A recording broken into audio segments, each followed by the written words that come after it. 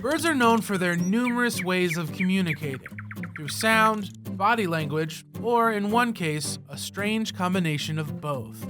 Crested pigeons are indigenous to Australia. Aside from their wicked mohawks, there doesn't seem to be anything too special about them. That is, until they take to the air. When the crested pigeon flaps its wings, they whistle. With each wing beat, the upstroke produces a 1.3 kHz low note, and the downstroke produces a 2.9 kHz high note.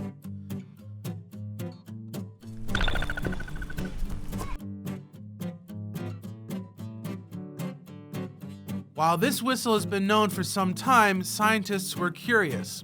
Was this just a quirk of biology or a method of communicating? The distinctive sound was discovered to be coming from the 8th feather on the pigeon's wing. When this feather was removed from the bird, the high note disappeared along with it. And when the feather was placed in a wind tunnel, the high-frequency sound was heard once again.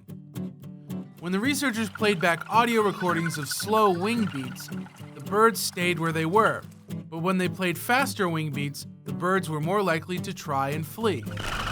Because the notes cycle back and forth between high and low, the speed of the cycle informs the pigeons whether there is danger present or if it's just another bird taking off. This discovery means that even though the crested pigeon isn't much of a talker, there are more ways for birds to communicate audibly, not with their mouths, but with their movements.